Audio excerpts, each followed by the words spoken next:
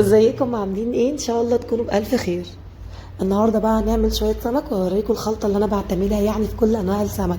مقلي بقى، مشوي، صينيه، بجد بتطلع خطيره. خلطه كده سهله وسريعه وما فيهاش اي افتكاسات كتير وبتبقى هايله. السمك بيطلع مقرمش وانا بحط كده الخلطه بتاعت القلي بتاعتنا بتظبط الدنيا وبتخلي شكله وطعمه حلو جدا. السمك الصينيه ده البطاطس بتاعته بتبقى احلى من السمك نفسه، بجد خطيره. يلا بينا على طول نغسل السمك، وما تنسوش تصلوا على النبي في الكومنتات ولايك وشير، ويلا بينا نبدا.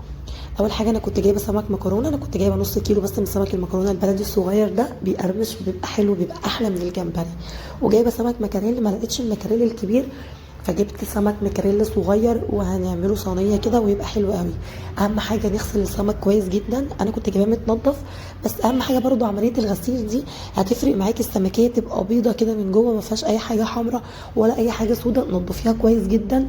وبعد ما بغسل السمك وبنضفه بنقعه كمان في شويه ميه وملح كده 10 دقايق بس مش كتير، وعليهم ليمونه بتضيع اي زفاره وما بتخليش ريحه زفاره جامده في البيت.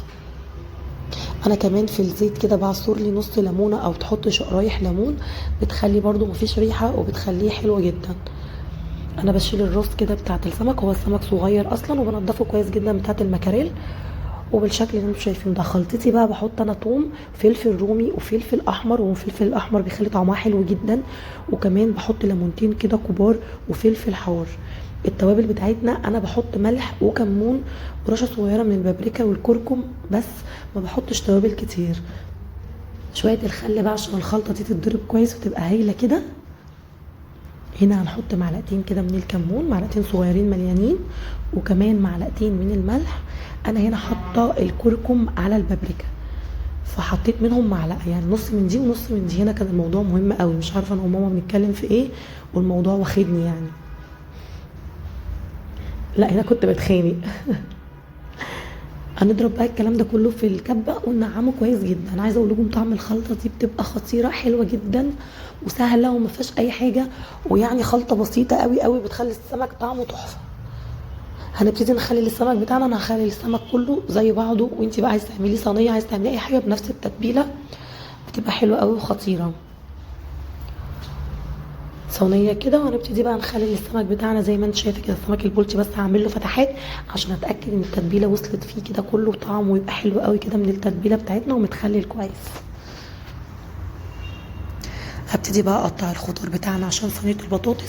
انا بقطع بطاطس وطماطم وكمان ليمونه كده، شرايح الليمون الاصفر مش الاخضر عشان ما يبقاش ممرر، لاني بناكل شرايح الليمون دي بعد ما بتستوي بتبقى احلى، يعني تحفه، احلى من البطاطس نفسها. قطعي كل حاجه شرايح كده صغيره زي ما انت شايفه. وبعدين انا سايبه شويه من خلطه السمك عشان هتبل بيها الخضار بتاعنا. لو عندك بصلايه قطعيها شرايح، حطيهم كلهم على بعض، حطي عليهم شويه من التتبيله وقلبي بقى كله الكلام الجميل ده في بعضه، ورصي على وشهم السمك. هحط على السمك بعد ما ارصه كده معلقتين كده من الزيت على وش السمك. انا هنا بقى ولعت الفرن يسخن درجه حراره 180. الفرن البطاطس هتخش فيها تقعد تقريبا نص ساعه، انا مش مقطعاها سميكه قوي، فاول ما البطاطس تستوي هتلاقي السمك بتاعك استوى وزي الفل. هندخل الصينيه الفرن وهنروح بقى نعمل بقيه السمك بتاعنا.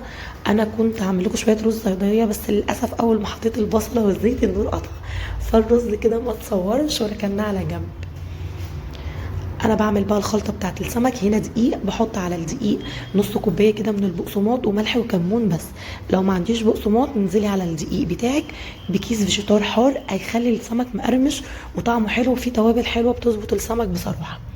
مش هتحطي فيجيتار حار، حطي بقى نص كوبايه البقسماط المطحون وكمان عليهم رشه كده من الملح ومن الكمون، وابتدي انزلي بالسمك في الزيت كده، زيت سخن. انا بنزل درجه حراره الزيت بخليها يعني متوسطه، ولا عالي قوي ولا واطي قوي عشان ما يشربش زيت، وعشان لو عالي ما يحرقش ويبقى ني من جوه. اول ما يبتدي ياخد لون من الاطراف كده هقلبه، مش هقلبه قبل ما ياخد لون عشان ما يتريش معاكي ويفضل محافظه السمكيه كده على نفسها وماسكه نفسها وما تبقاش طريه خالص.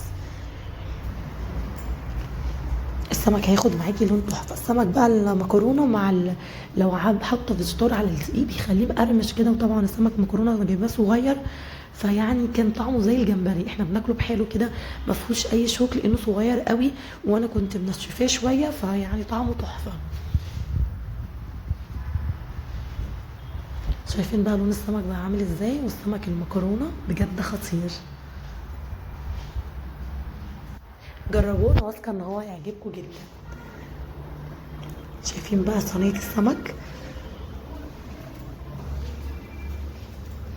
واخده لون وحلوه جدا، والبطاطس بتاعتها مستويه ومش مهريه. احنا مش قادرين نوقف يعني، احنا اكلنا الاكل كله، ما تبقاش اي حاجه.